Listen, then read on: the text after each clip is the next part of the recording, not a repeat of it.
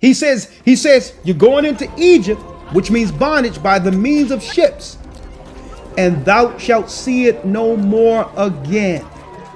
We're not going into slavery again. So you can't scare us with that crap. Oh, he gonna put us back under Jim Crow and slavery. No, they can't. It isn't in the prophecy, because the white man didn't enslave us. God did. He took our power and courage. And if God didn't take that away, no way the white man could have done anything to us. It tells you in Deuteronomy 28 that God took our courage.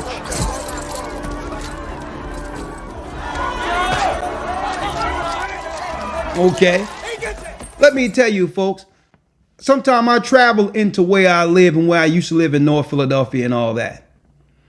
I don't see no white guy walking down. I see white girls jogging and all that near Temple and all that when I used to go down there.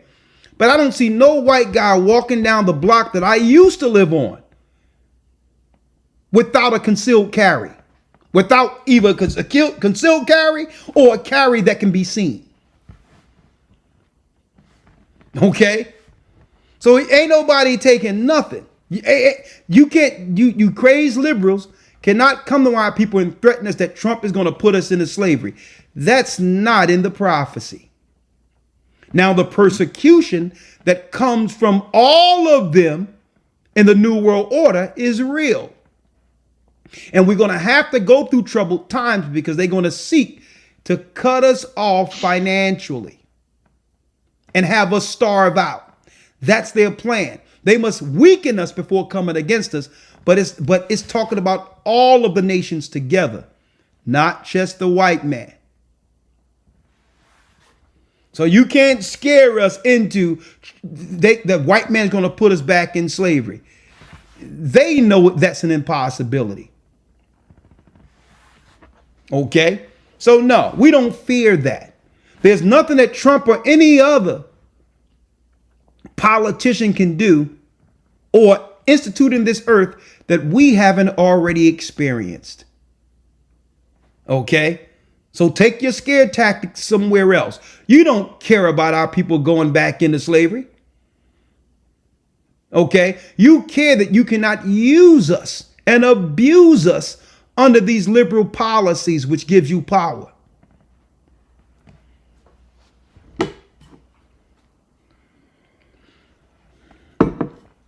So no, I'm going to tell y'all, brothers and sisters, we have to stop going into this victim mentality and giving white people the credit for what God did.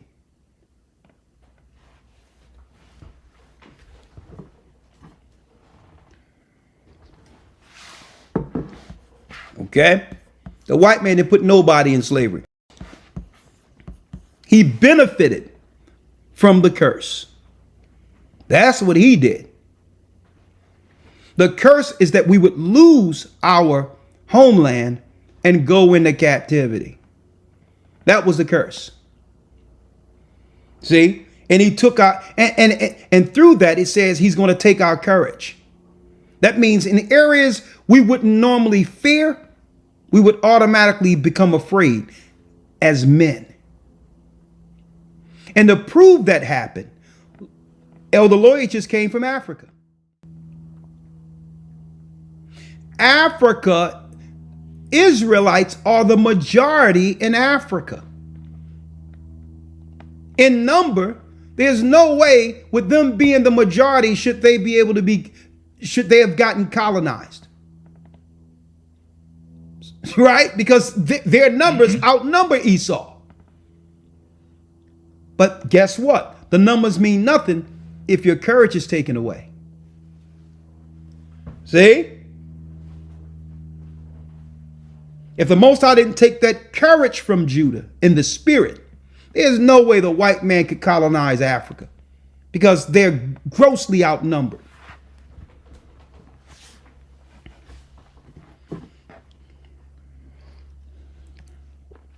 All right. I'm going to tell y'all, folks, the greatest power Esau has as the minority is psychology. That's his power. his power to control your thinking, to have you fear something. And through that fear, it puts you under their power. Let's read this out. Yes, sir. Verse number 29. Verse number 29.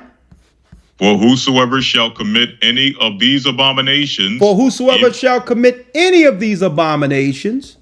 Even the souls that commit them shall be cut off from among their people. That soul shall be cut off from among thy people. Folks, I'm going to tell you, don't let them tell you on the news that there was some independent black guy by the name of P. Diddy with all this power to cause havoc.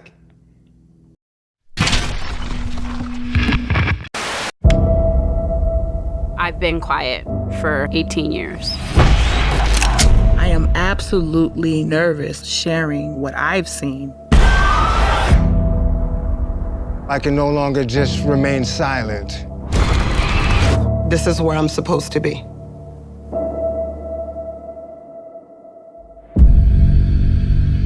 Sean Diddy Combs facing a slew of allegations. The biggest question for me was, has this happened before? It is hard to overstate how important the Puff sound was to the 90s. The thing about hip-hop, it's not just a music, it's a lifestyle. But then there was the other side. We did not realize the extent of the darkness. Eventually, he's going to be shown to be innocent and will fight every day. There just seems so much more to the story. The truth will always find its way, even in the dark. She has knots on her head. It was horrific. He says sometimes you just gotta let these hoes know who the boss is. I see them both holding guns. I'm fighting for my life. He said, I'm Puff Daddy. I'll eat your face off. I always believed that I was the only victim. Why did I put this on myself? It's a lot of people like Puffy in this music business. Exposing Puffy means exposing them.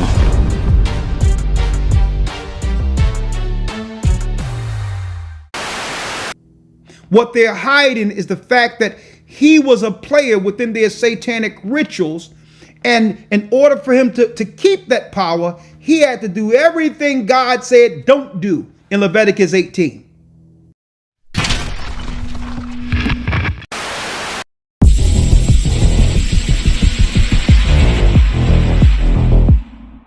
In October of 2016, WikiLeaks released the Podesta emails, over 20,000 pages of private emails from White House Chief of Staff John Podesta. This is the best example of an October surprise in our lifetimes. The Podesta emails opened the minds of millions to the fact that torturing children is a sort of sacrament to the vile creatures in control of our government. This 2016 October surprise became known as Pizzagate, and it was a deciding factor in many people voting against Hillary Clinton. Just as the Sean Combs child rape stories are dominating the public discourse, Hillary Clinton predicts an October surprise that will smear Kamala Harris, comparing it to Pizzagate. What is something you see happening in the near future that we should be taking more seriously? I anticipate that, something will happen in October, as it always does. I anticipate there will be a full court press in October. The digital airwaves will be filled. And why does that matter? Because the press that is pro-Trump anyway, oftentimes stories are put on digitally that then are picked up by, let's say, at Fox and others. And then those stories are stories, so the mainstream press reports on them, and so that story then takes on a life of its own. There will be concerted efforts to distort and pervert Kamala Harris, who she is, what she stands for, what she's done. The crazy story about me running a child trafficking operation out of a basement of a pizzeria, don't laugh. It was a huge story. It starts online, often on the dark web. It migrates. It's picked up by the pro-Trump media. It's then reported on by everybody else, which makes sure it has about 100% coverage. And people believe it. So I don't know what it's going to be, but it will be something, and we'll have to work very, very hard to make sure that it is exposed as the lie that it is. It sounds like she is referring to the Sean Combs case, where hundreds of victims have already come forward, including dozens who were children at the time, and revealed that drugging and raping people in front of a crowd of famous people was a ritual event of the P. Diddy party. Typically, the victim is lured into a situation where he or she is given a drink. Typically, that drink, reported by these victims, is apparently laced with something. Once that drink takes effect, the perpetrators perform all kinds of sexual acts on the victims, many times passing him or her around as other people watch and enjoy the show, and then leave the victim ashamed, confused, injured, and wondering what happened. The day will come when we will name names other than Sean Combs, and there's a lot of names. Anyone, of course, who engaged in the assault or exploitation, anyone who participated in such in any way, anyone who encouraged or facilitated this conduct, anyone who was in the room and watched it happen but made no effort to stop it, any venue or venue owner who was aware of what was going on but failed to stop it, any individual or entity who knew about the conduct and benefited from it but did nothing to report it or stop it, and any individual or entity who covered it up or helped cover it up. I would expect there are many people out there right now who are desperately searching their memories as they delete their texts and data.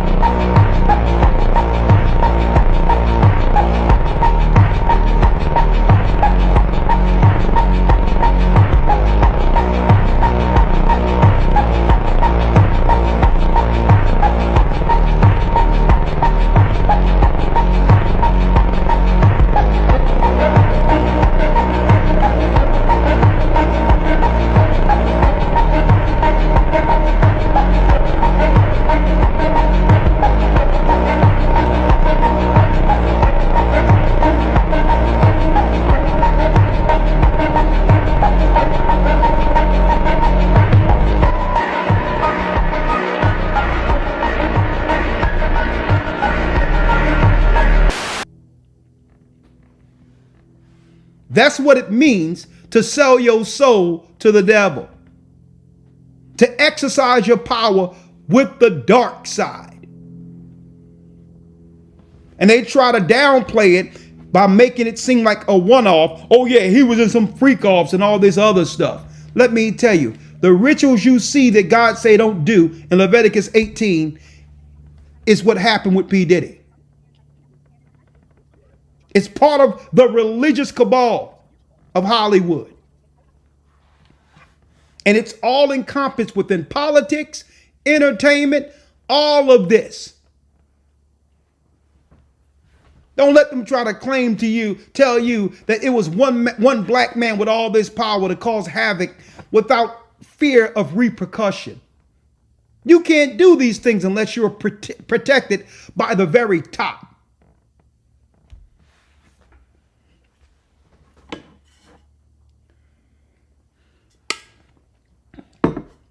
And folks, I'm going to tell you this too. It's deeper than money too. Look how many times currencies have changed since the inception of what you would call paper money. See, that's another thing. They make you think, let me tell you, they can take a person right now and say, listen, because you're in this agreement, I'm going to put you in a magazine. I'm going to put a lot of zeros behind you, behind this number. And that's you now. Mm-hmm. They can do that like that. We just tell everybody you're a multi-billionaire. See, the world is your oyster. They can do that just like that. Not about the money, because they'll give you the numbers for your influence. Why? Because people are the real currency. See? So it's deeper than money. It's the control of people. This is the game of our three-dimensional reality, which has been played out for millennia. We are born into a machine, and at birth we are automatically baptized to become cogs inside the machine. Our time and energy are the fuel that keeps the machine running, and our collective devotion to its system ensures its maintenance.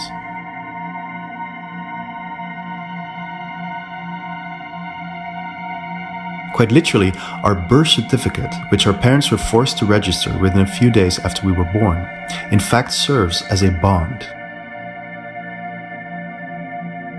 Very few people are aware that our government is a corporation and that our social security number represents a trust on the stock market that the state uses to cover the national debt, which it owes to private central bankers. In fact, the entire system in which we live is perpetuated by a debt-based monetary system, which enables a handful of people to create money out of thin air and lend it out to governments, businesses, and citizens who are forced to pay back those loans plus interest. From the point of view of these bankers and the rest of the elitists that are pulling the strings behind the scenes, we are not free. We have never been free, and as far as they're concerned, we will never be free.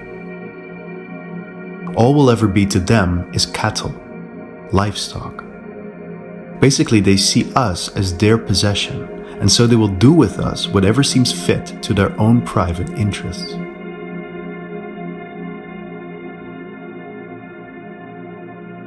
They make sure that from an early age we are being programmed to believe that there is no alternative but the machine in which we've been inserted from birth.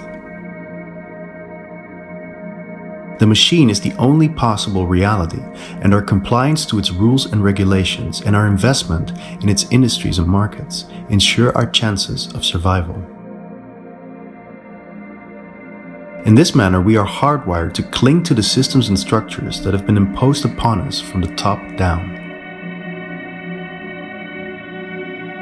They have been carefully programming our minds through their media and entertainment, their education, their political, monetary, and legal systems, their science and religions, and countless other tools of propaganda. However, the time of clinging to those systems is now coming to an end.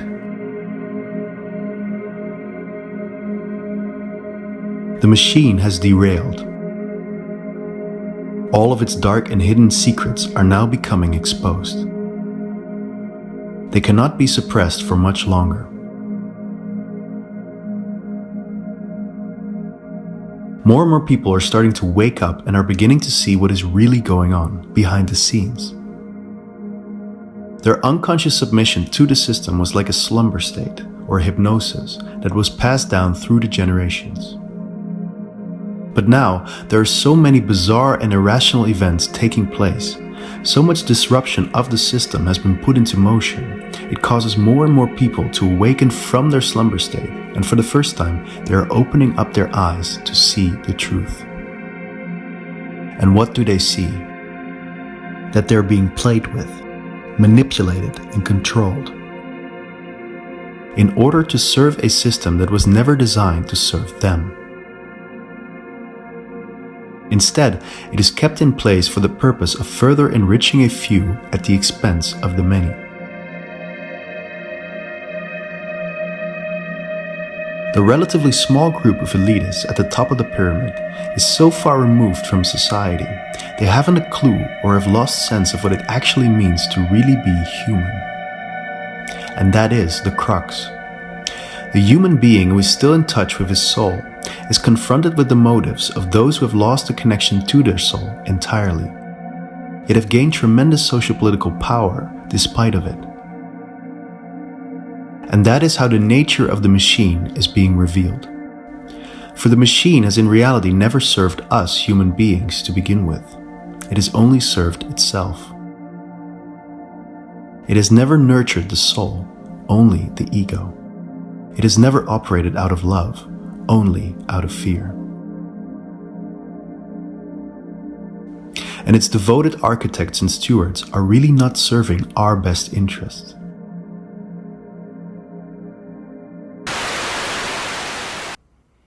because people are the currency. An example.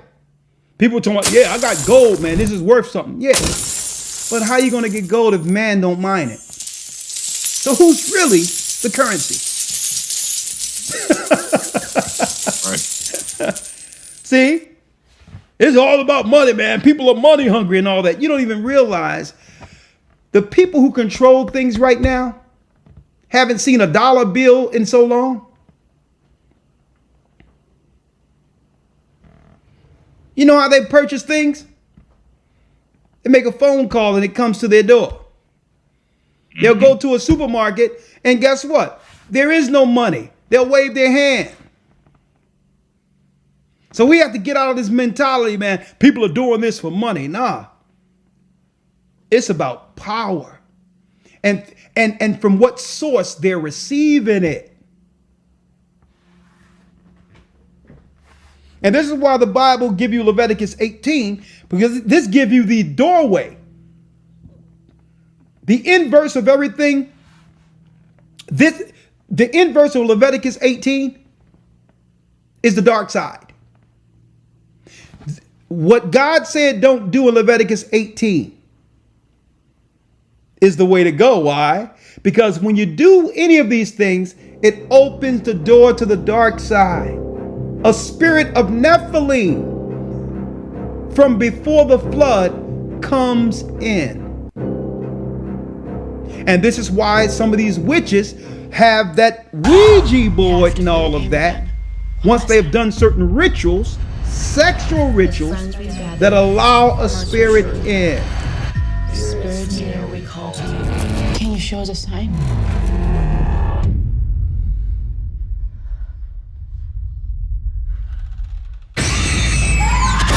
Did you kill Debbie?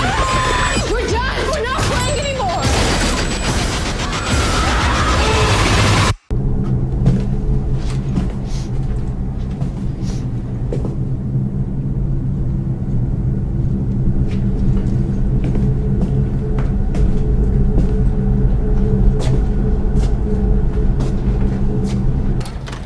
Your mom just wanted us to chat, that's all. See how you doing? Oh, we're fine. I don't know what she wants from us. I do. I'm sorry. I left something in here. Please excuse me.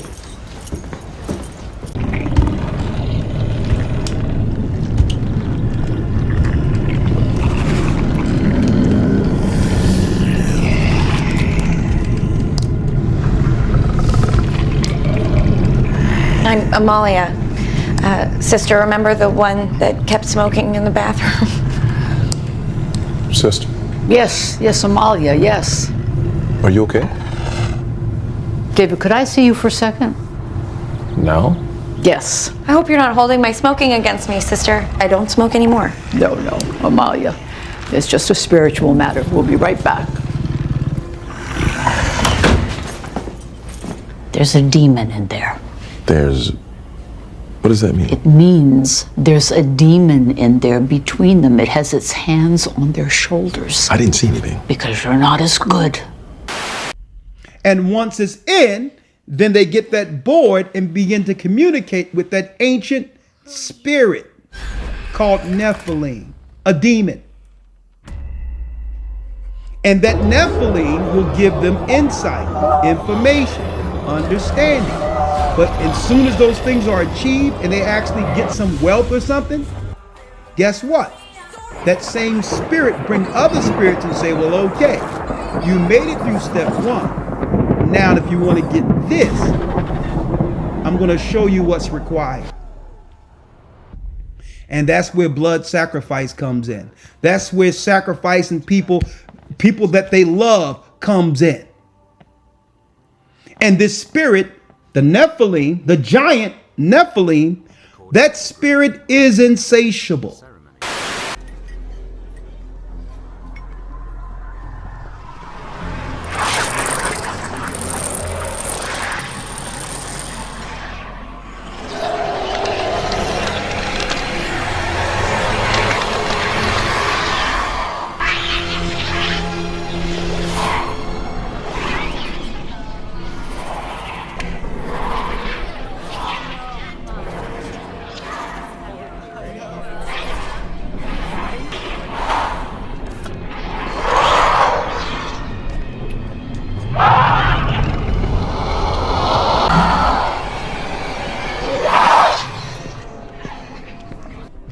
When they do show up, it's a sure sign that carnage and bloodshed are not far behind. They don't cause it, they feed on it. The more Bodaks that show up, the bigger the eventual feast. They're attracted to evil like bees to flowers. They know when death is coming and want to watch. They don't show up for any ordinary death. They want extreme, operatic violence and terror. So the more you get your wishes fulfilled, the more you come to the table for more. And then the Spirit will say, go here because you can speak to this particular sage. It could be under any title, rabbi or whatever the case is. And he'll tell you the next stage if you want what's next.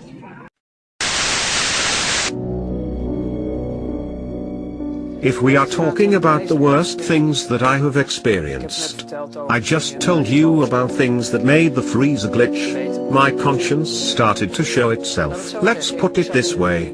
I was training to become a psychopath and I failed. I did not complete the training and didn't become a psychopath. My conscience came back, and the most difficult part for me was, because I had such a great status there, I was a success. I was trusted with the people playing at this level.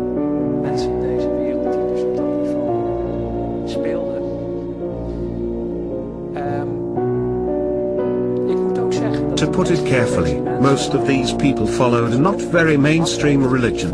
So, you have Catholics, Protestants, all sorts of religions. These people, most of them, were Luciferians. And then you can say, religion is a fairy tale. God doesn't exist. None of that is real. Well, for these people, it is truth and reality. And they served something immaterial, what they called Lucifer. And I also was in contact with those circles, only I laughed at it because to me they were just clients. So, I went to places called Churches of Satan. So now we are talking about Satanism. Yes. So, I visited these churches, just as a visitor dropped by. And then they were doing their holy mass with naked woman and liquor and stuff. And it just amused me. I didn't believe in any of this stuff, and was far from convinced if any of this was real. It was just a spectacle to you. Yes. In my opinion, the darkness and evil is within the people themselves. I didn't make the connection yet. So I was a guest in those circles, and it amused me greatly to see all those named women and the other things.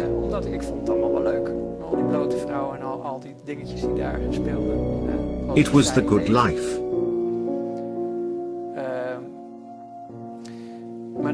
But then at some point, I was invited, which is why I'm telling you all this, to participate in sacrifices. Abroad.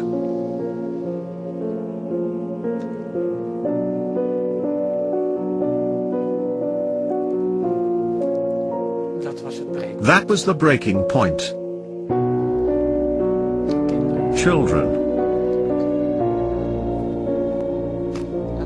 You were asked to do that? Yes. And I couldn't do that.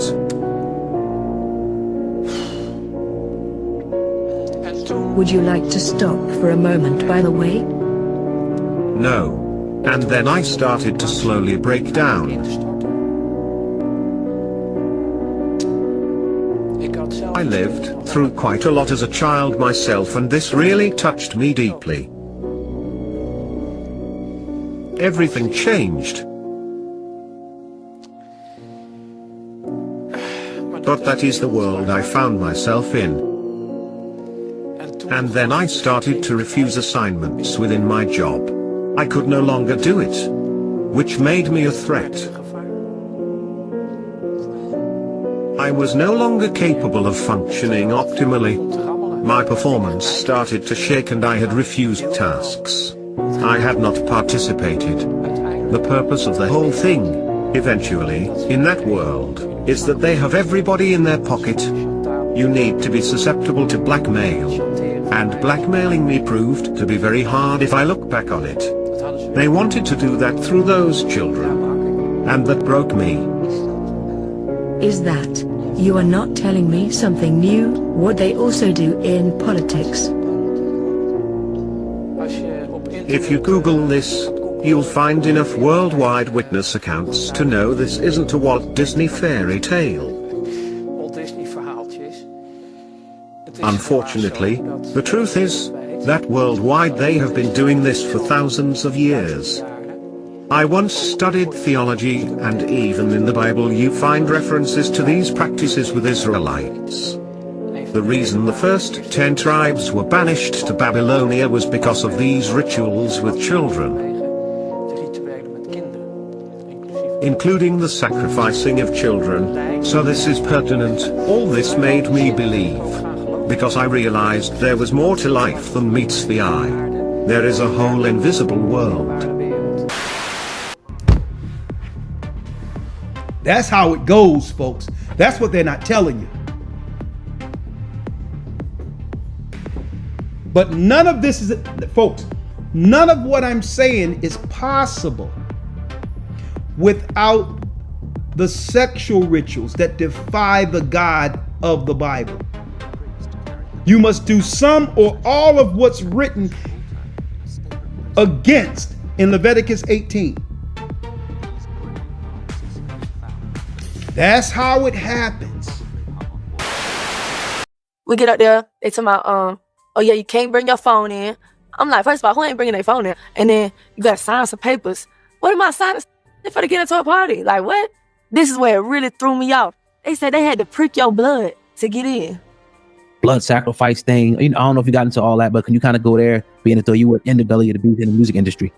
To be a member of the Illuminati or a member of the elite society or whatever, I've had motherfuckers come at me on some weirdo, like on some gay, oh, you should do this. I view that as being inhuman. I view that as, I would never do that. At some point, you're going to get invited into a house. Mm-hmm. And the house is going to be broken down into certain rooms. Mm-hmm. And these rooms are designated by activities. Mm. So if you don't do the activities, you don't get in the room. And so there's some of these houses and parties I've been invited to, and you get there and you realize, this ain't for me. Yeah. I wanted to see, could I get invited and get in that hole? And then you get in that hole and realize, man, I don't do this. I don't fuck around like this.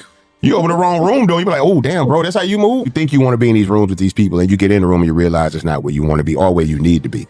To be gay in Hollywood, you never expected. They be having these big mansion parties, and the mansion party, the whole mansion is a party, and then it's a separate party in the little rooms. You be looking at all the rooms, and you down and look in the wrong room. Nick, come here, come here. Is that kissing? For many people, 2024 has been a year of exposure, especially with what is going on in Hollywood. And it all started with Diddy. But we've been knew that. From the golden age of Hollywood, these things were always happening. There is literally nothing new under the sun. Have you guys heard of what sex magic is? We're going to talk about these terms, but I must have a disclaimer. I am going to filter a lot of my words, and I will try to bleep out as many things as possible. We're going to talk about not only the creepy stuff that happened in old Hollywood, but that is still happening today and is being pushed in our faces as jokes, as comedy, but it's really real. And I just want you guys to be aware so that we may not be deceived or blindly, watching things and thinking it's all kiki, because a lot of these things we are welcoming into our homes, these rituals, and I'm going to show you how. Okay, without further ado, let's get into this video. This is episode 4, I believe, on my Dark Hollywood series, but let's get into this. So one of the first people that I did a video for, which is extremely popular, was on Diana Dors. She was the queen of these parties in her era. She was the queen of them, but she used them for a sinister reason. And I won't say it was necessarily her, because she worked with a lot of people in the elite world that would use her face to attract people to come to these parties.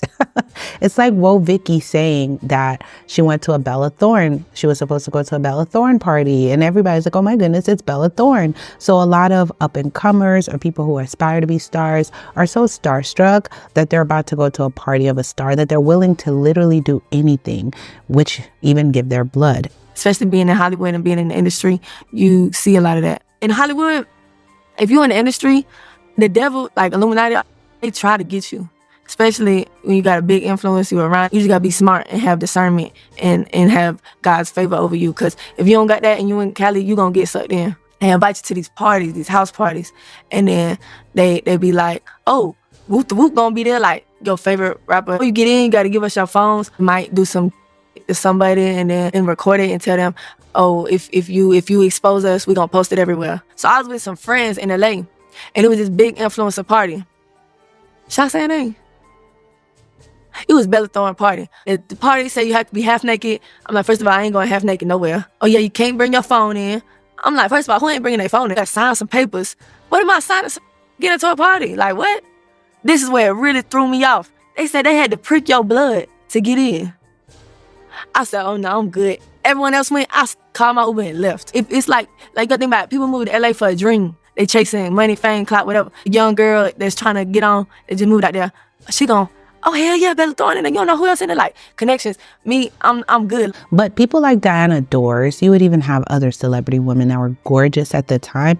They would use their faces to attract these people to come to these parties, right? And then now we know about Diddy and his parties. Everybody know about Diddy and his parties. But Diddy's not the only one who has his parties. There's lots of these celebrities that have these same type of parties, these billionaires. A lot of them have the parties for those specific purposes, okay?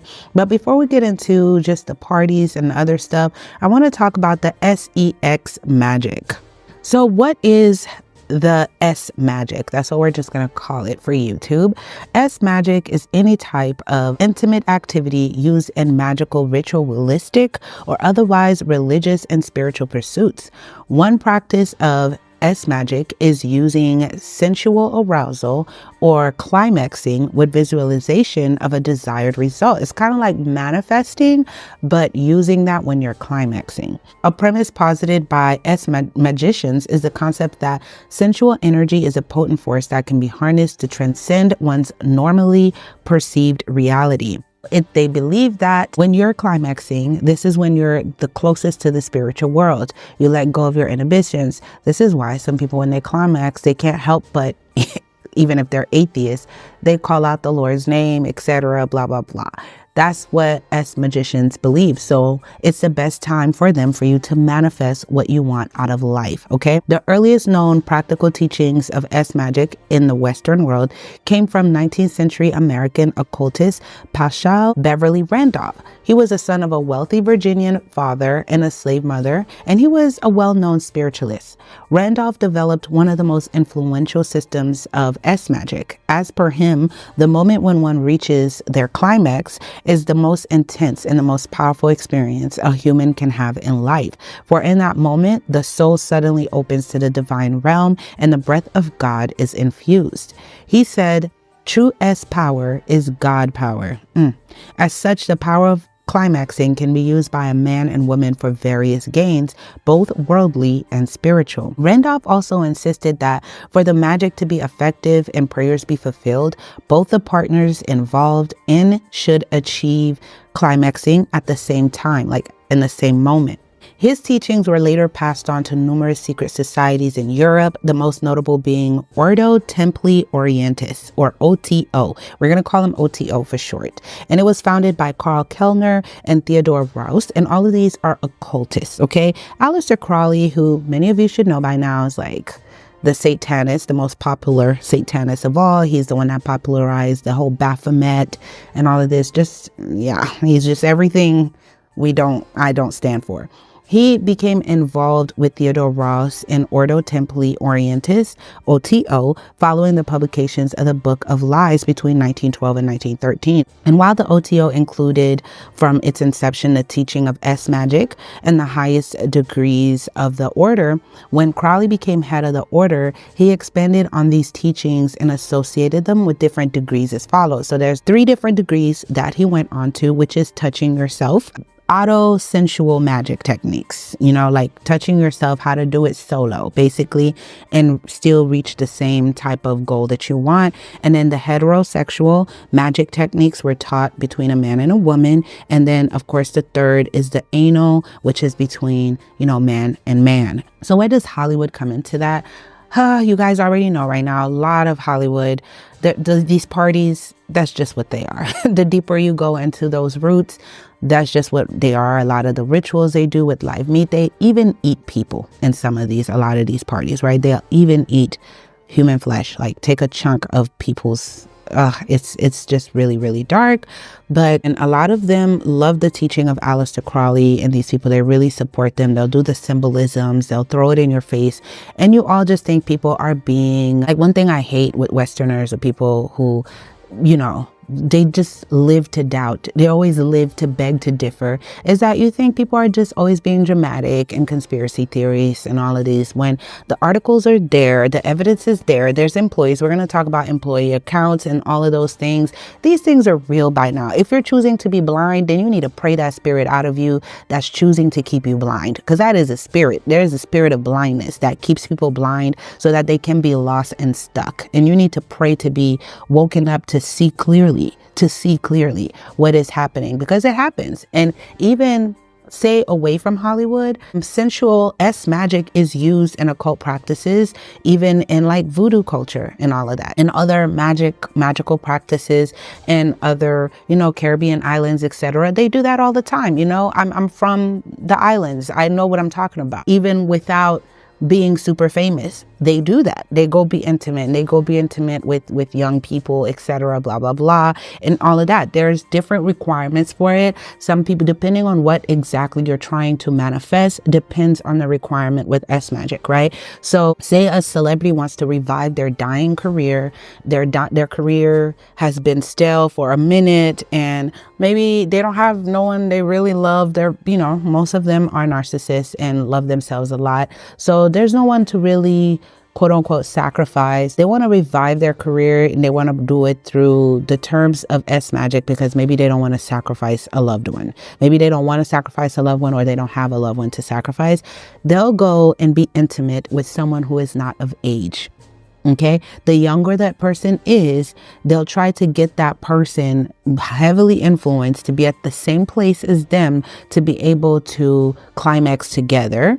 And if it don't work with that person, they'll just go to another person, or until they reach that goal to revive their dying careers. And some like the Rudolph, the founder, well, one of the people that strongly believed in this, one of the founding fathers of this ideology, he always said the person doesn't have to be under 18, the person doesn't have to be a virgin, the person doesn't have to be all that. He was one of those believers that you didn't have to go the deviant route to do this, but as it evolved over time, it became that to where now you have to be pure, or even if you're not pure, you have to be a certain age, you have to be a certain way, you know, or have a certain look or innocence about you, etc. There's requirements and specifications for them to just lay with you, whether it's a young boy or a young girl. But you know, you guys are catching my drift, right? Even in the magic that's not Hollywood based, if they're doing it just in, you know, like certain cultures and ritualistic practices, they'll do it where there's a specific age range, someone under the age of 5, no older than 5, or no older than 12, or this and that, blah, blah, blah, blah, blah, blah, blah. A young girl who has not gone through puberty yet, or had, you know, her menstruation, or a young girl who just got her menstruation. Like there's different depending on what exactly you're trying to accomplish. Even the whole thing of collecting your blood at these parties, which is a common thing that you'll hear around in Hollywood, which is, I still don't fully understand what the purpose of that is. I've tried to understand it. I don't understand what that is, but there's an obsession with blood in Hollywood.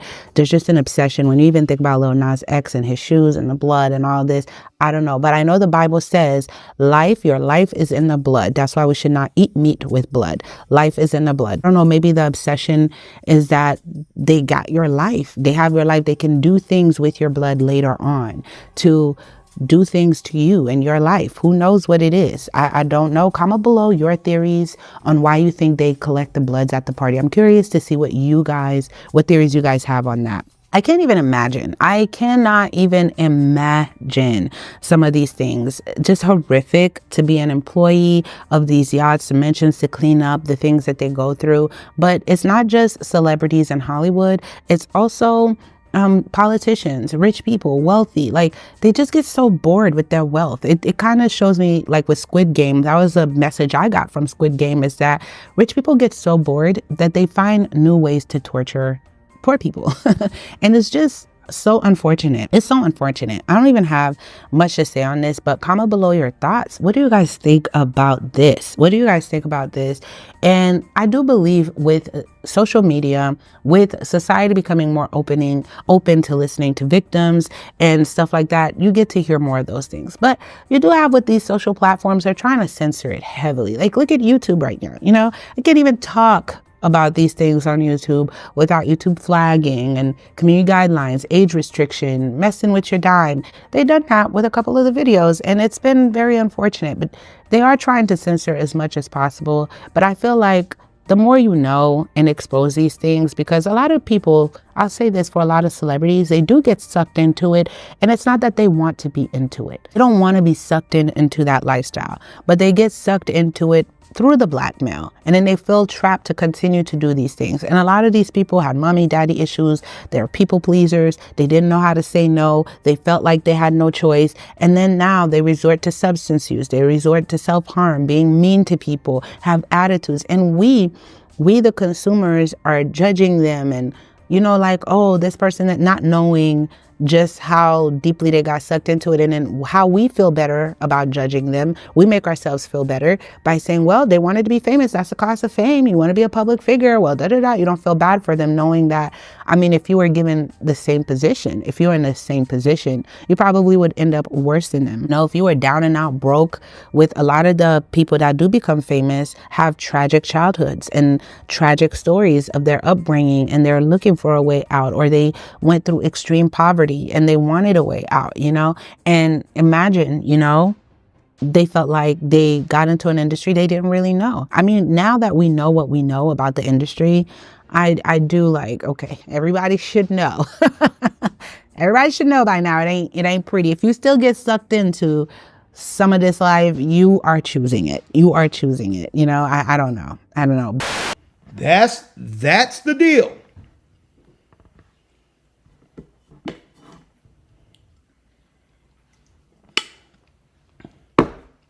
So when you think about Hollywood, the entertainment business, athletes, when you think about what some of these mega church pastors that come with the popularity that's behind them,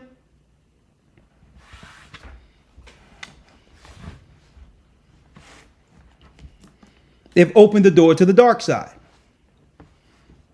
Huh?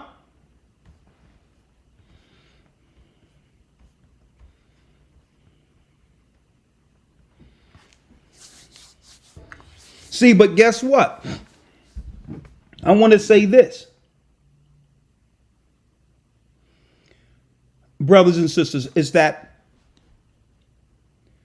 they were able to get us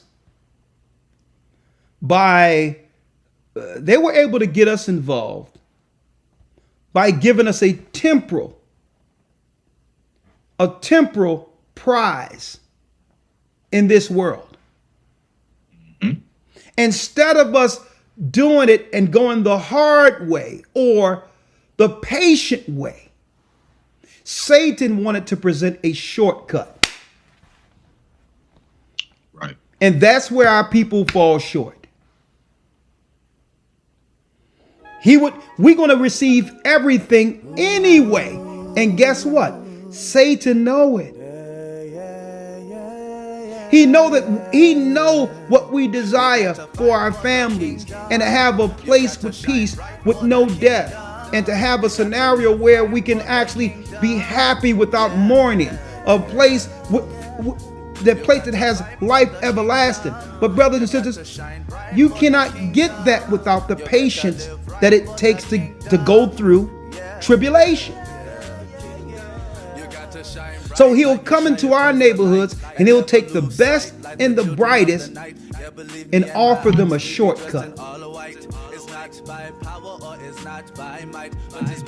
And guess what, folks? There is no shortcut. When you work from the bottom to achieve something, you realize there is no shortcuts. You got to go through all the dark moments and actually incrementally work your way up. And through righteousness, at the end of it, you're proud of the achievements because this world didn't give it to you. You have something that you know the world can't take away because through hard work and patience and perseverance, without selling your soul, what the Most High blessed you with was achieved.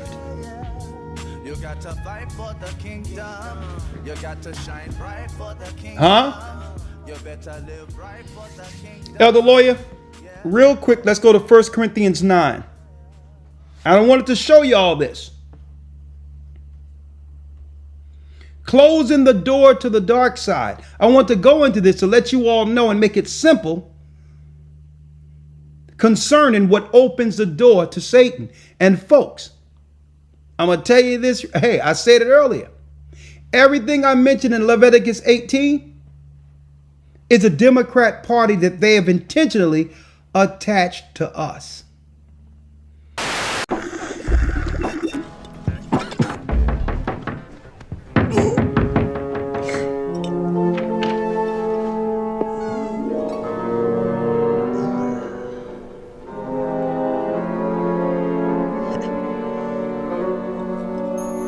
Oh, this is so good. Oh, no. Yo, what's up, little man? How you living, dog? Oh, no. Hey, you want a hit, man? You want a hit? Yeah. I haven't smoked a good pipe in a long time. Keep going, keep going, keep going. Now let go, let go. Yeah. Yeah. You like that, huh? That's good shit. Good shit, nigga. It comes straight from Korea. I mean, this ain't gonna stunt your growth or anything, is it?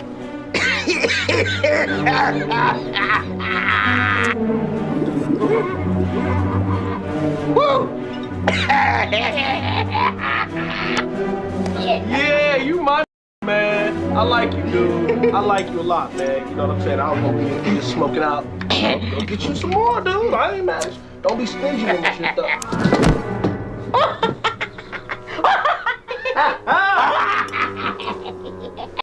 They want these crazy liberals to help us get dragged into hell with them.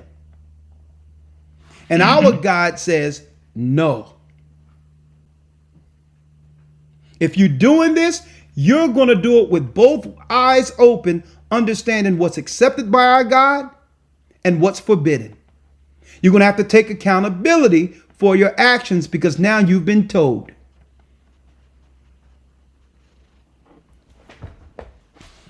Elder Lawyer, if you will. Yes, sir. Let's go to 1 Corinthians 9 and read 24 through 27, and then I'll open it up for a few questions. Yes, sir. The book of 1 Corinthians, chapter 9, verse number 24. Okay, let me get it here so they can have it.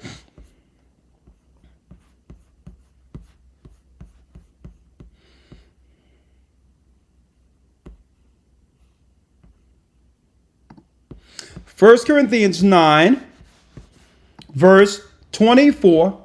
Let's read this. Know ye not that they which run in a race run all? Know ye not that which run in a race run all? And I wanted to utilize this because a race just happened for an election. Right? Now the Gentiles, their battle is to control the power that's given them through Satan on this realm, in this realm. See, but I watch these elections and politically because I want to see the sentiments of our people on whether or not they're still under Satan's control or have they awakened. Right? Know ye not that which run in a race run all? Read. But one receiveth the prize. But at the end, one receive the prize. And see, with Christ's prize that he's given, guess what? It's not instant gratification, instant glory, instant power, celebrity, idol. It's through a lot of perseverance and hard work and obedience that one actually gained the prize that no man can take away. See, when you deal with the dark side, at any time, because Satan have given it to you, it can be taken away. Like that. They can use their media machine and they can demonize you and they can take everything away like they're doing with Puff Daddy and everyone else because it was the devil who gave it to them. Mm-hmm. And they had to compromise themselves through these rituals that God forbids in order to receive their accolades, power, and notoriety before the world. You can say what you want about how great LeBron James is. Guess what? Great basketball player. Michael Jordan, great basketball player, a legend. But they would be what? Non-existent if somebody didn't give them the spotlight to shine in, and the arenas to play in. Understand that. It's the star makers that make stars on this earth. They can put the spotlight on anyone. They can put the spotlight on Dwayne Wade and say, okay, now let's talk about your son. Over the weekend, it was announced that Dwayne Wade's daughter, Zaya Wade, was officially granted a name and gender change. According to People magazine, those sources say that a LA County judge recently signed off on Zaya's new identity, and those documents state that Zaya will be issued a new birth certificate with her new name and gender. The petition was initially filed in August 2022, and now that the request has been granted, the new legal name has gone from Zion Malachi Aramis Wade to Zaya Malachi Aramis Wade. The news came right before Dwayne Wade and his wife, Gabrielle Union, accepted the President's Award at the 2023 NAACP Image Awards. The two were recognized for their achievements in public service, especially for their support of their daughter and other LGBTQ issues. During the acceptance speech, Wade made sure to speak directly to Zaya, who first came out as transgender in 2020. Zaya, as your father, all I've wanted to do is get it right. I've sat back and watched how gracefully you've taken on the public scrutiny, and even though it's not easy, I watched you walk out of that house every morning as yourself. I admire how you've handled the ignorance in our world that you face every day. To say that your village is proud of you is an understatement. As your father, my job isn't to create a version of myself or direct your future. My role is to be a facilitator to your hopes, your wishes, your dreams. Zaya, you've made me a better human just simply by being who you were born to be, our baby girl, Zaya Wade. So baby, thank you for showing the world that courage looks like. I'm proud that I was chosen to stand in place as your father. And thank you so much to the NAACP for this incredible honor. Now, if you remember back in November 2022, Zaya's mother, Savon Funches Wade, will object to the change and accuse the former basketball star of exploiting their trans daughter for his own financial gain. Funches Wade argued that her ex-husband was using his celebrity to make a profit off of Zaya's brand partnership. With all that power and glory and might soaring through the air like Michael Jordan. At one time, Dwayne Wade was compared to him, Michael Jordan. Then the conversations be had. What's going on with the son?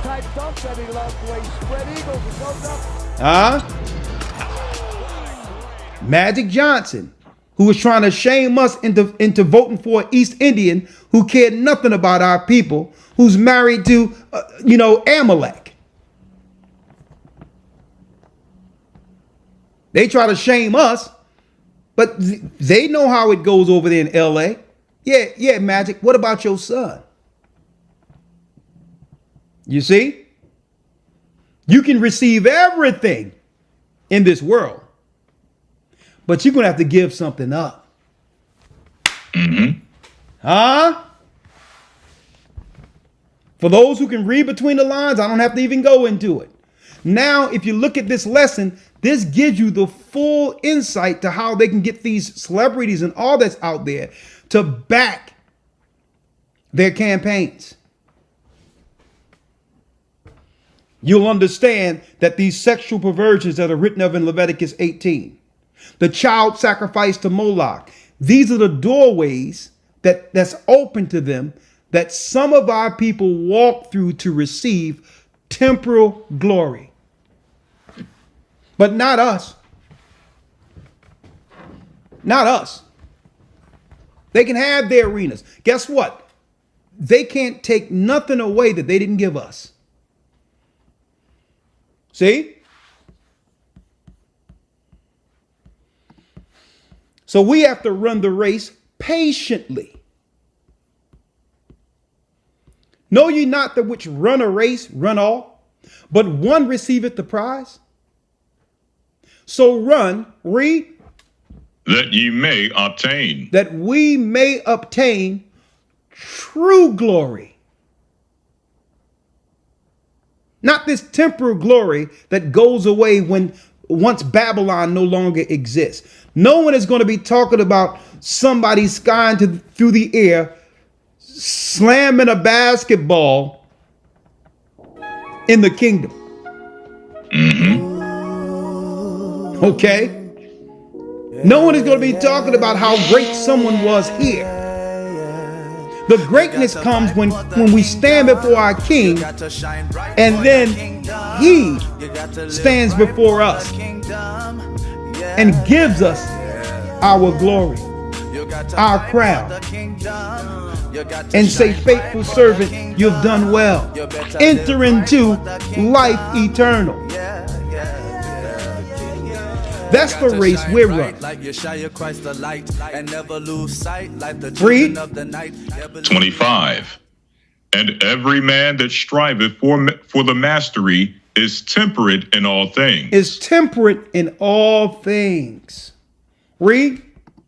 Now they do it to obtain a corruptible crown, but we an incorruptible. So what you see them do in the world to compromise themselves morally, 18 years. they do it for temporal glory. Absolutely nervous sharing what I've seen.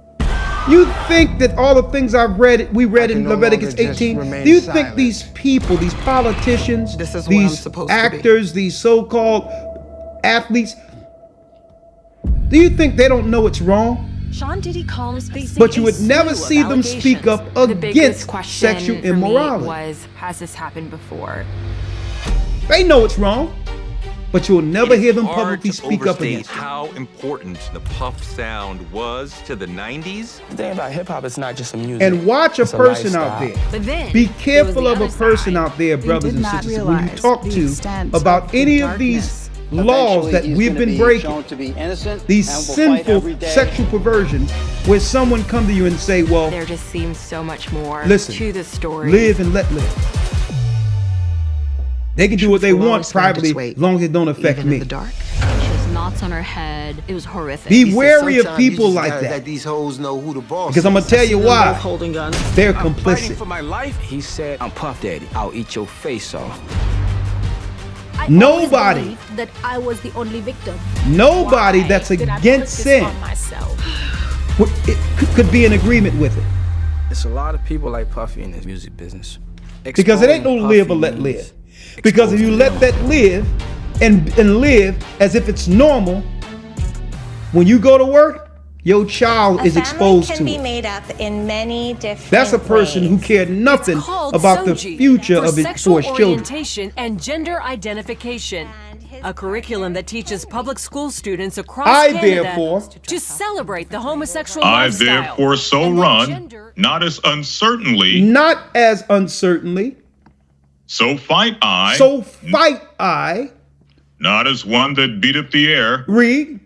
But I keep my body, or I keep under my body, and bring it into subjection, lest that by any means, when I have preached to others, I myself should be a castaway. There it is.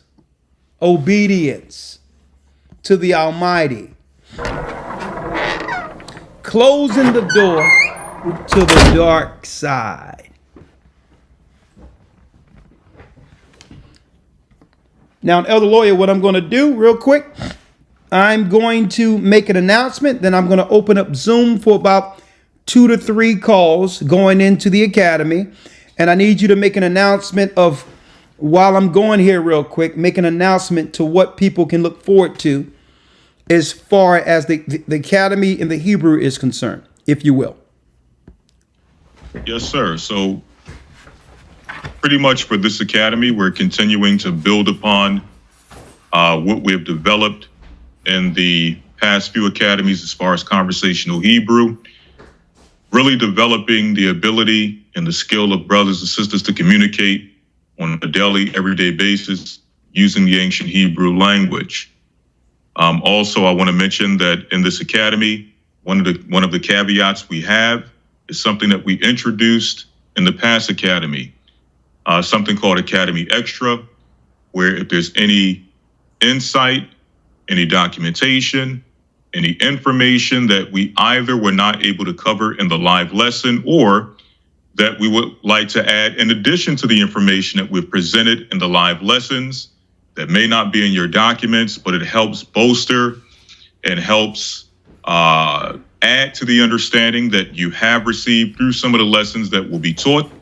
We'll come on, we'll do a video, maybe anywhere between 15 minutes to a half hour, just presenting that information so that you can continue to build upon the understanding that you've received and will continue to receive throughout the Hebrew and Bible Academy. So those are some of the things you can expect from the Hebrew, but also caveats that are being presented in this academy in general. So again, please look forward to that. For those who are not yet in the academy, we're still accepting enrollments. Go to historytimes.org and you'll get all the information you need to be able to enroll. Well, thank you, Elder Lawyer. And again, let me put it up here.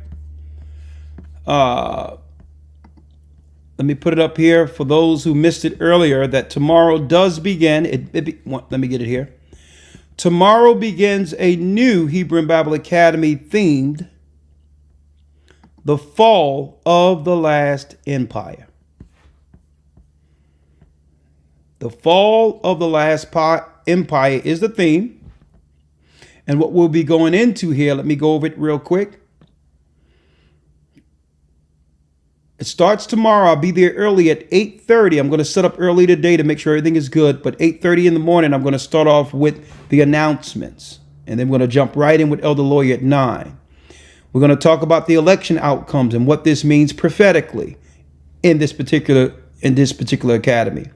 The war in the Middle East that they're covering up.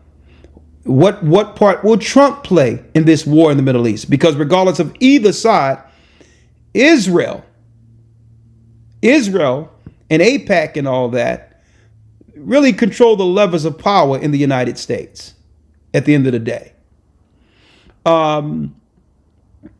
Hurricanes, earthquakes, and truck driver strikes, what that will mean when it comes to this temporal famine. We're going to also have a symposium. I'm going to talk about that. We're going to have a symposium for health.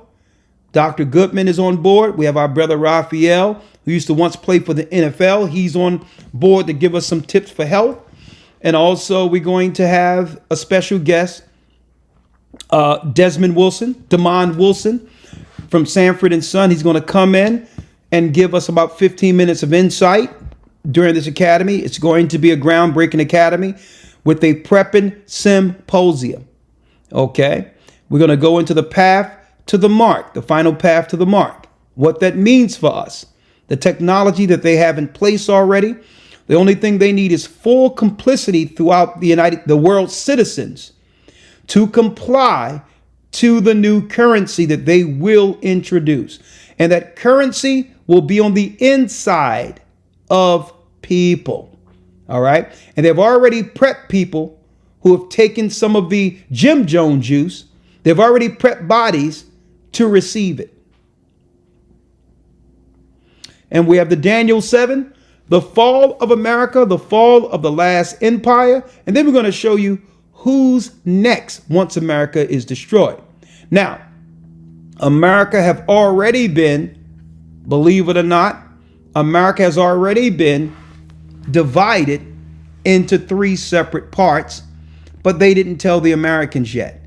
Hence the reason why they've allowed all these immigrants in, because a lot of these states have been already given to these foreign countries.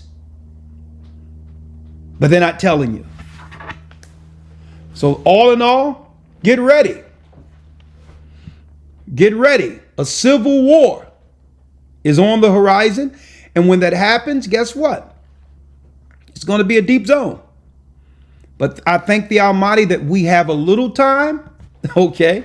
We do have a little time before things really hit the fan. But all in all, we're keeping our eyes on the world prophecies and what's going on currently. So you stay linked in. Coming to this academy, we have Elder Shapat, who's coming in with some news. I can't wait to see what he'll be presenting tomorrow when it comes to what's going on in the world. And hey, it's nothing like the Hebrew and Bible Academy. Go to historytimes.org to enroll. All right. So, Elder Lawyer, what I'm going to do real quick, if you would like, you can take a break real quick if you would like. I'm going to pull up Zoom, okay? Yes, sir. All right. It's up to you. Let me get here. There you go. Yep. Step away for a second. All right. I'm good. I'll be back. I'm going to pull up Zoom. Yes. Get a few people in here before you can ask any questions you would like. And Sister Hannah from Ethiopia, who came in the other day. Hey, Sister Hannah, I'm glad you came in, and I noticed that you're seeking the gospel. The sister from Ethiopia. What I would like you to do, Hannah, is send me an email to gatheringas1 Okay. It seems as if you had some insight of the rich history of Ethiopia that I wasn't able to go into with you because why? You called at the end of our Wednesday's broadcast. But I really wanted to talk about Ethiopia, the prophecies of Ethiopia, with you being from there. And I also would like to talk about how Ethiopians are perceived in the Middle East and or the land of Israel. All right. And I need your perspective with you being from Ethiopia. So send me an email, Sister Hannah, at gatheringas1 at AOL.com or call 215-253-4448. Leave a message stating that this is Hannah who spoke with you from Ethiopia. And I'm going to set up a broadcast to where we can discuss Ethiopia publicly, okay? All right, 1 second. Let me pull up Zoom. And again, you are all invited into our Hebrew and Bible Academy, Israelites and Gentiles alike. Let's do Zoom.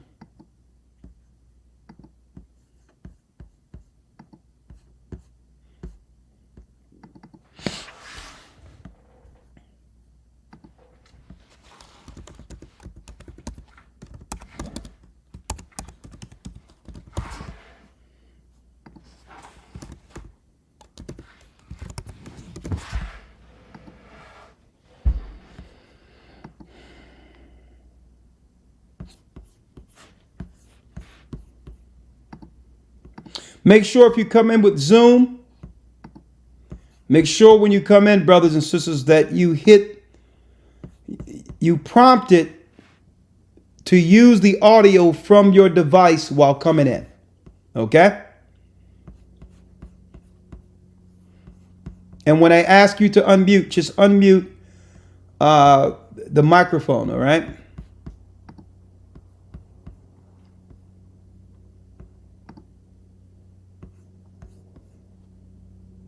All right.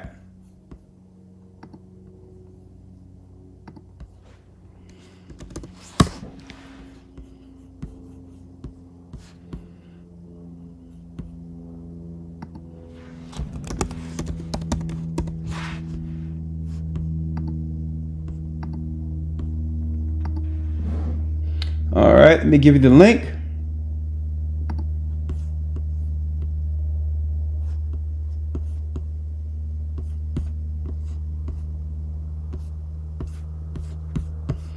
Y'all doing a great job. Thank you all. All right. In the chat is the link.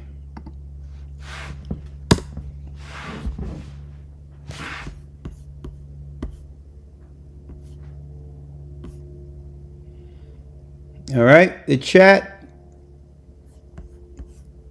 In the chat is the link.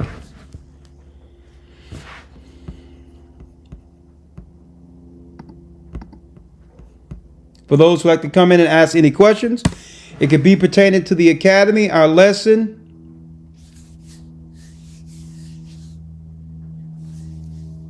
Someone says, Vicky says, my phone is not allowing me to continue watching the lesson. That's unfortunate.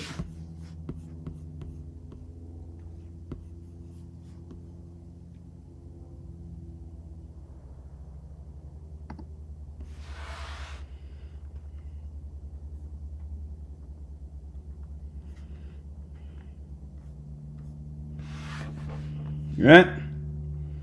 So there's the link for those who would like to come in. Don't forget, the Hebrew and Bible Academy starts tomorrow. We're taking enrollments now. So if it interests you, come on in while there's still an opportunity. historytimes.org.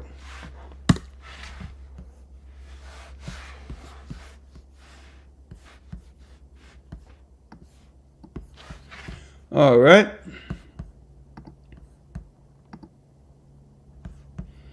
View. All right. We have Candia's Hen.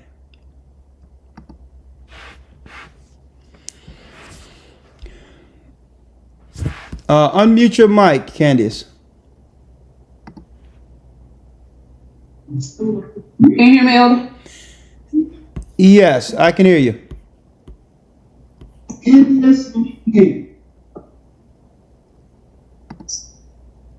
Shabbat Shalom, Elder. Hold on, let me get you through here. Hold on. It's on your. Hold on, 1 second. Yes, I can hear you. Hold on. All right, go on, sister. Yes, I first of all, I just want to say Shabbat Shalom and a great lesson today, Elder. Oh, Shabbat Shalom. Thank you. All praises be to the Most High. I didn't really have a question. I enrolled into the academy back in September, and I still haven't received an email for tomorrow. Yes. Okay, well, do me a favor. Do me a favor. Just call 215-253-4448. Into the academy back in September. Okay, I'm so wait a minute. Let me write that down. Let me ask you: Did you receive a receipt from your academy enrollment? It's been so long since I enrolled. I enrolled in September towards the end. I don't have the receipt, but I do have my bank statement where it shows where I paid for it. All right, do me a favor. Send that to gatheringas1, the number 1 at AOL.com.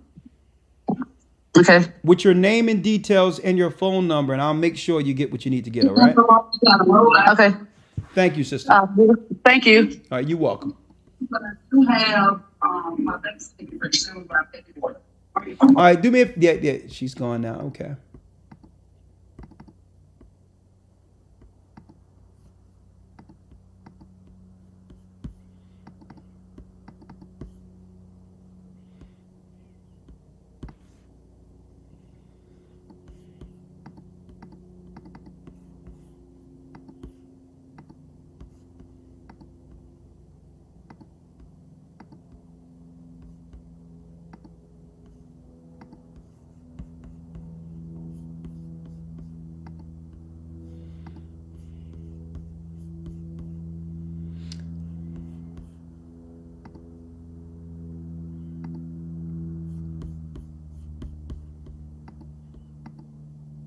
All right. Okay, here we go. All right, we have Georgia and Marie.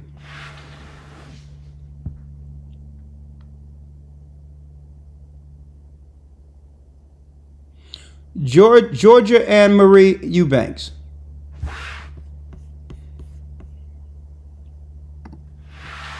Unmute your mic, Georgia.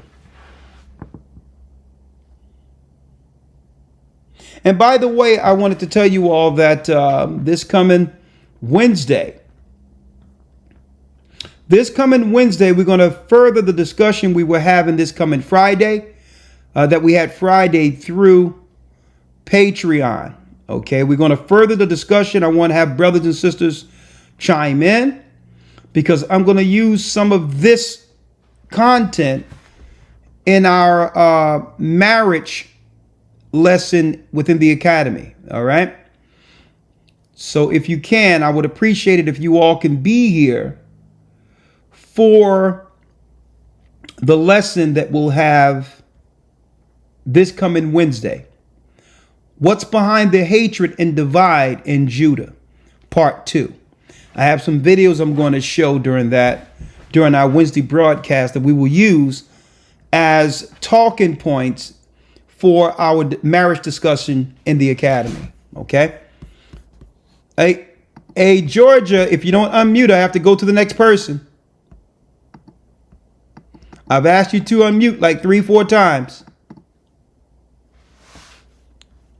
Okay, yes. Okay, how are you? I'm fine. Okay, how can I help you? How are you? Shabbat Shalom. I'm just searching for my group and allowing myself just to go nuts because, like, some of us, we know better, but we know better that we need to know better, if that makes any sense. And it's like, okay, guys, I'm just going to be here until you get me there because, like, I know where I need to get, but knowing how to get there is pretty difficult. What are you speaking of in specific? What are you talking about in specific? For instance, I'm searching for my group, and I don't want to throw too many groups out there like that. And so I went with one popular group because it has a physical address. And so I've attended it a couple of times and a couple of times on YouTube. And then I'm thinking, well, you know, I've attended with you guys, but then I come here to your physical address. And why is it that it's the same thing I'm watching on YouTube or any other space? Now, look, I've disguised myself for so many years, but you can't do that no more like this. And I've watched you guys. I went and got little electrical gadgets in the children's name, in the old man's name, in a friend's name. I didn't want to be caught on and this, that, because I kind of really know what's going on and what's coming. Okay, hold up. Slow up, sister. You're going so quick. I'm losing you here. Okay. Now. Yeah. All right. I'm kind of thinking spacing. Okay. Slow up, please. Just slow up. Let's dialogue, if you don't mind. Yes. Okay. Now, better if you ask me questions because I am dyslexic. And so we're kind of speaking like 5 different subjects and then it connects itself back to each other. Okay. Well, let me ask you this. You said you've been with another group and you wanted to come amongst us, but there's no address. What city and state, where do you live? In Fort Worth, Texas. Okay, now if you're in Texas, we have a church there. I am so happy now. Okay. Yes. Send us an email. Gathering as one, that's the number 1, at AOL.com. Hey, repeat that for me again, please. Gathering, GATHERING. Yes. AS. The number 1. Number 1. At AOL.com. AOL? Yes, at AOL.com. Send that and we'll have the details. We'll have a bishop from Texas reach out to you for gathering. It's that simple. Okay. Yes. Sounds good. Did you necessarily need to know that group that I've spoken about? Now, you said you went with a popular group and you went to see them. What group is this? Is that the IUIC? IUIC. Okay, you went to Israeli Church, Israelites United in Christ in the purple, right? Yes. And what happened?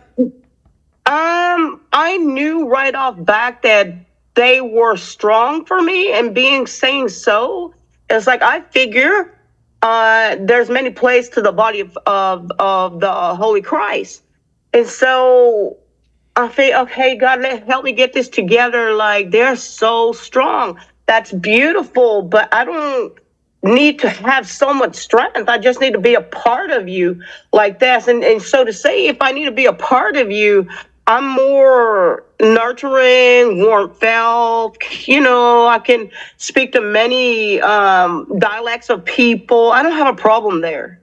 Right. So when you say so strong, are you talking about from the military sense? You didn't feel, what are you speaking about? Like, they're very powerful. That's like, good. You know, that being powerful, me, isn't that good if they're powerful?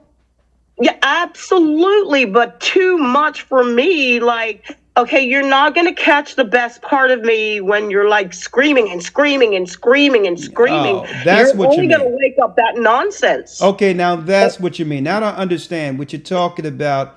Is the delivery is just too much? All right. Okay. All right. Yeah. Okay. Well, sister, listen. We're not going to scream at you, right? We're going to teach you, and you know, it's no slight on those brothers. They're doing the best they can to deliver, to do their lot in this work. Okay. So the whole deal is, we'll be here for you. We're going to reach out to you, and yeah, I believe that you'll be satisfied with the gathering. We have beautiful people within the work in Texas, and I'm sure we're inviting, and we deliver the word of Christ. I've been watching you guys for years now. Okay. Well, all praise. Yes, for years now. All right. And Elder, let me tell you something. Seriously, you know, because like, it needs to be known. And by now, I kind of like discouraged myself, but that was my aim. Like, I have become suicidal. And I'm telling God, if you don't move me, if you don't use me, then I'm not going to stop. I'm going to stop caring. Okay. And so, you know, I drift off. And I deliberately went and bought drugs, and I deliberately went and bought alcohol. And I'm like, God, please use me, because I'm on my way out and I need help. I'm screaming. Okay. Well, let me give you this real quick, right? Yes, sir. I believe the Most High. As a matter of fact, I know He answers prayers. Yes, sir. All right. And I'll tell you this: the Most High haven't forgotten you, but keep in mind. Yes, sir. He blessed you with a soul that's precious. Yes, that precious.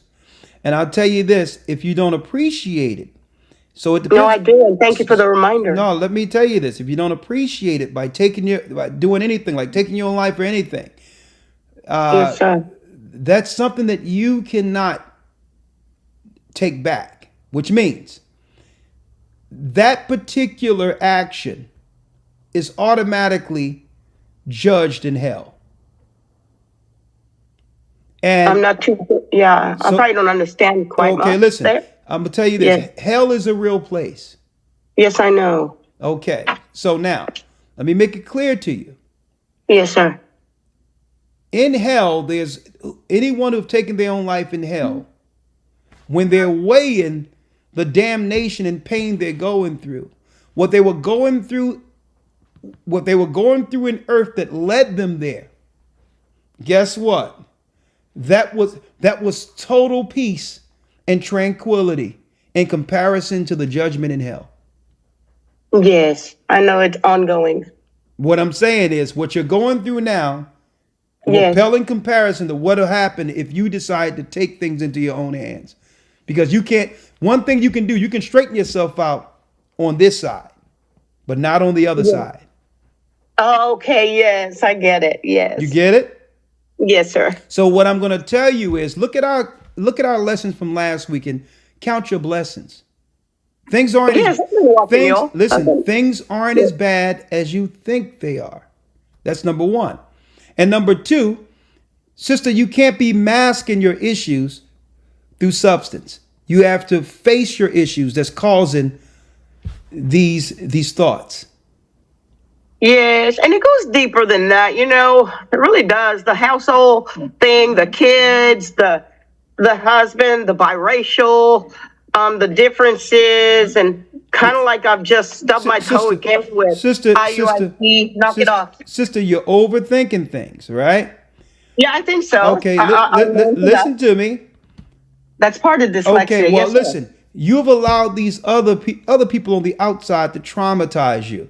It's like this.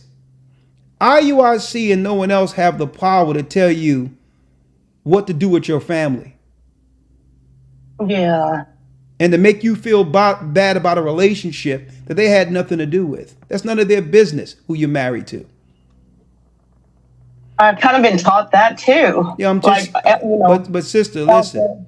Yes, sir. Follow Christ.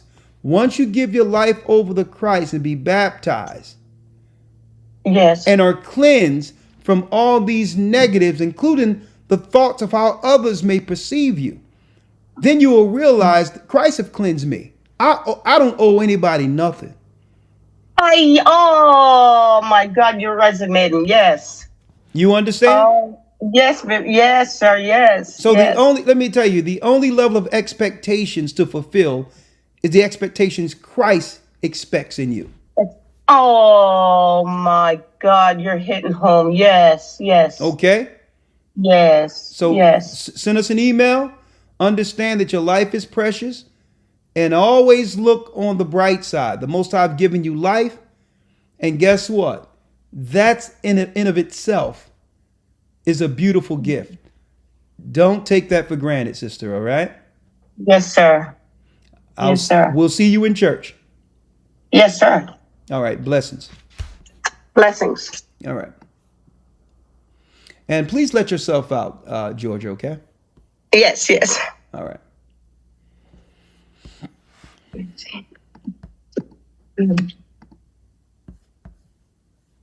If I'm gonna have, I'll go to June. Don't worry about it. I'll let you out. Don't worry about it, okay? Okay. Yeah, okay. If I can. I'll just mute you. Don't worry about it. Just You're all right. I'll figure it. I'll just mute you. All right. You'll find your way out. I'm sure you will. I've spoken to it. Okay. Okay, we have Jewel Brown.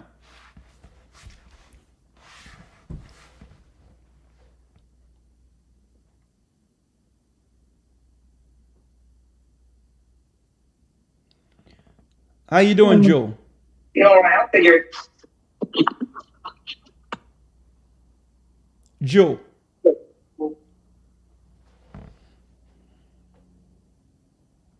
Okay, yes,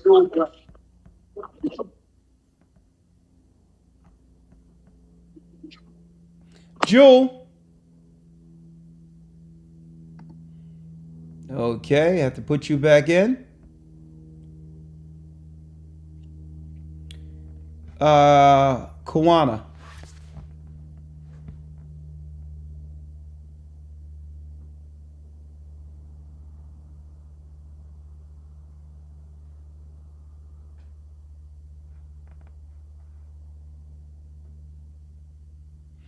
Kawana.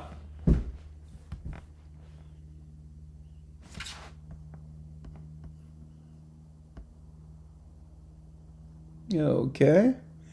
Kawana. Say something here, Kawana.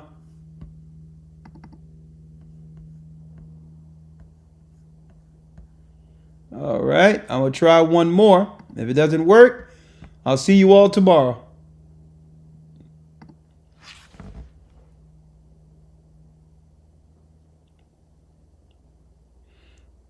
B.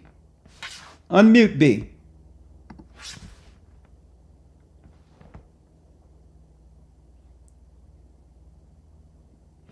Unmute B. Shalom, Elder.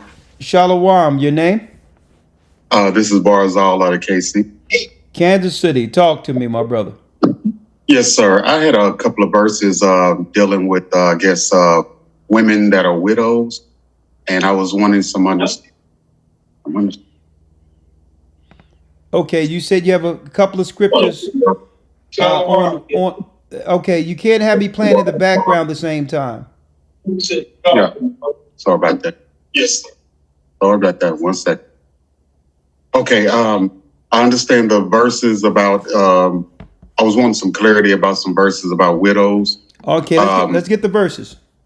Yes, sir. I have two of them. The first one is in Romans 7, verse 2. 1 second. Yes, sir.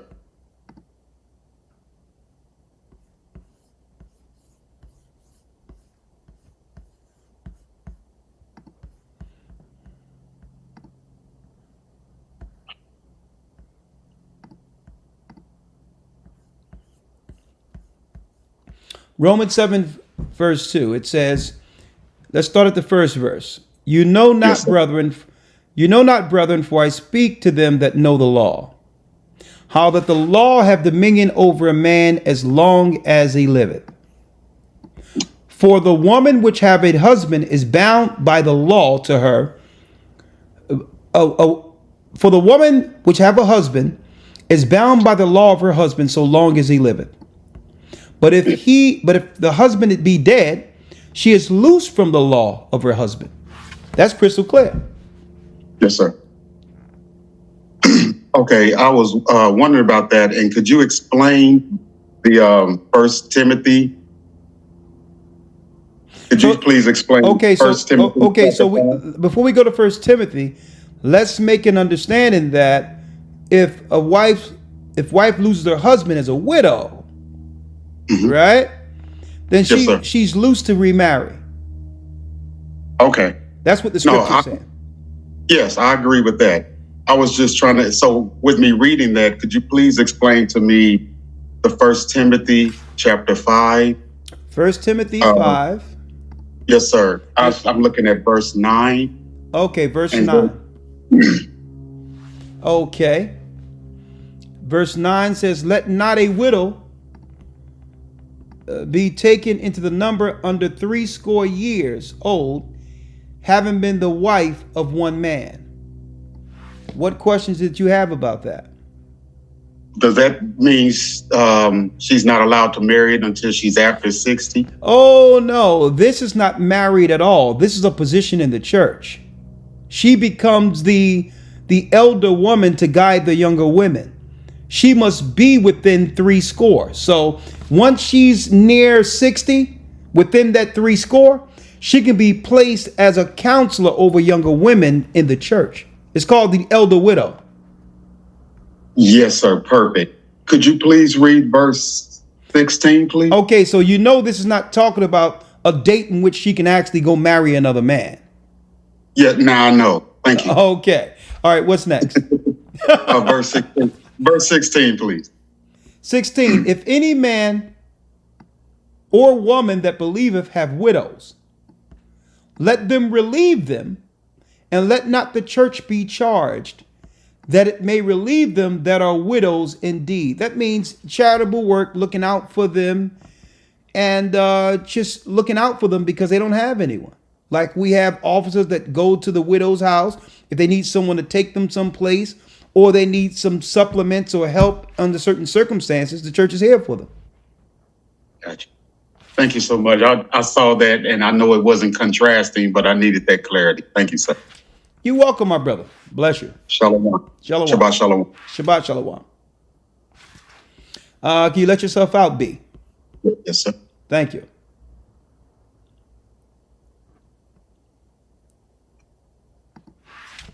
Patar.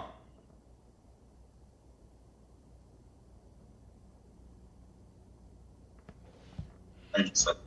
You're welcome, my brother. Bless you. Shalom. Shalom. Shabbat shalom. Shabbat shalom. Patar, please cut me off in the background, please. Yes, hello? How you doing, Patar? Shalom, Elder. Shalom, sir. For sure. I wanted to elaborate on Leviticus 18 when it comes to incest. Yeah. So there's this YouTuber that interviewed this they basically siblings, and but they didn't know. So they found out that they were siblings after the fact of them having relations with each other. And her name is Azariah, ironically a Hebrew name, and his name is Joshua. So they siblings, right? Half siblings. And she was pregnant and they decided to have the kid anyway. So I don't know if you heard about this story, but it kind of went viral. Yeah, I heard about that. Yeah, so what's that situation? How would you how is that justified?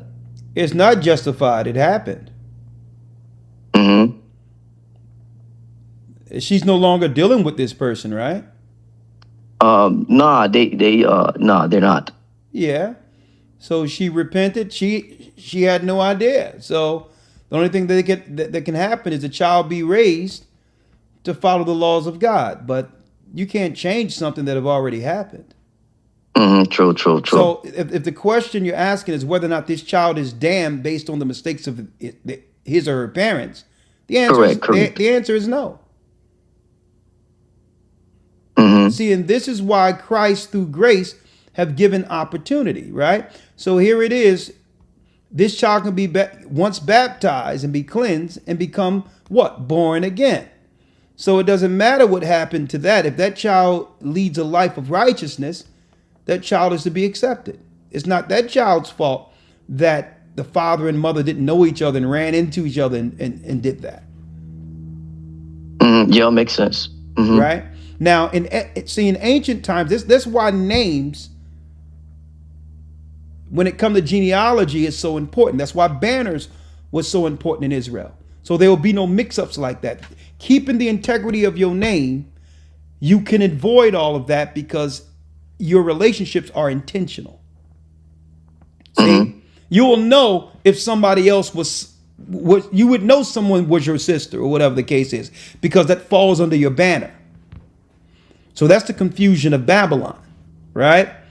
And that's the importance of us keeping legacy and family together so that we can be what? Intentional when we are bringing relationships together. This thing of just dealing with people without knowing father and mother is backward. It's dysfunctional. To getting with somebody just because they look good without asking questions and getting background is why we fall to such perils as this destruction that leads to, really bastardized situations. Okay, but still, it's not the child's fault. Okay? Con. My brother. That's it? That's it. Shalom, Elder. Thanks for the understanding, the breakdown. Okay, you're welcome. Let yourself out, please. All right, shalom. All right, that concludes our broadcast for today. And may the Lord be with you. Be blessed.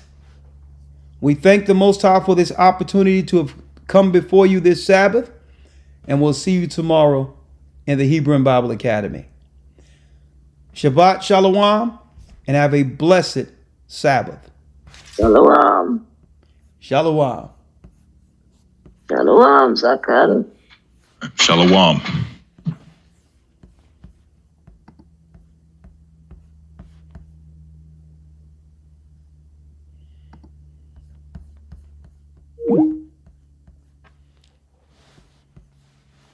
HistoryTimes.org. Hebrew and Bible Academy.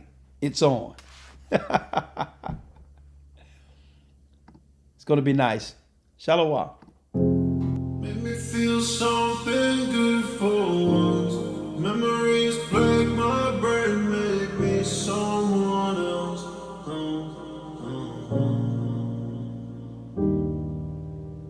Would you hold my hand in the dark? I need you now, don't break my heart.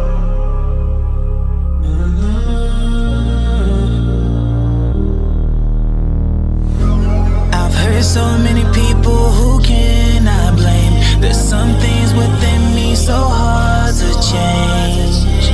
Flee the darkness, I just wanna flee, yeah. And every day I pray they let go of me, resisting the devil so he can flee.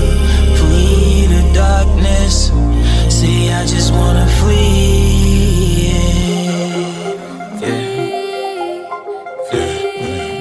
I just wanna flee darkness. I just wanna flee darkness. Yeah. Fleeing the darkness inside of me. Gotta fast and pray, I'm under attack. Steadily moving like Christ in a new life. Ain't no bringing him back. I'm running this race, trying to stay on track. I'm moving away from what's holding me back. Social media, the lust of the eyes. It's feeling like Nino, giving us crack. This ain't new jack, cause Satan been at us for centuries. Now I higher done gave us the mysteries. How to combat all these demons and spirits. We send them to hell where they burn for eternity. Similar to bees, how they keep swarming me. Put my power with me, so ain't no harm in me. Trying to remain free from the chains that bound me. Now my spirit in harmony with the creator, reaching new levels like elevators. And I even show love to the haters who wanna see me fall, but I'm keeping the laws, eating my daily bread like I'm with Jaws. Examine myself, trying to point out my flaws. I know I done wrong, I don't need an applause. I'm standing on Christ, trying to right on my wrongs, yeah. I've heard so many people who cannot blame. There's some things within me so hard to change. Flee the darkness, say I just wanna flee. And every day I pray they let go of me, resisting the devil so he can flee. Flee the darkness, say I just wanna flee. I've heard so many people who cannot blame. There's some things within me so hard to change. Flee the darkness, say I just wanna flee.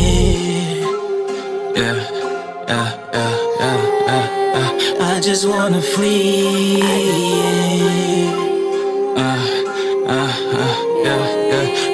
I just wanna flee, flee. Yeah, resist the devil, resist the, yeah, resist the devil, resist the, yeah, resist the devil, resist the, yeah, he gon' flee, yeah, he gon' flee, yeah, resist the devil, resist the, yeah, resist the devil, resist the, yeah, resist the devil, resist the, yeah, he gon' flee, yeah, he gon' flee, yeah. Flee, yeah. Flee, yeah. Flee, yeah. Resist the devil, he gon' flee. Resist the devil, resist the devil, he gon' flee. Resist the devil, resist the devil, he gon' flee. Resist the devil,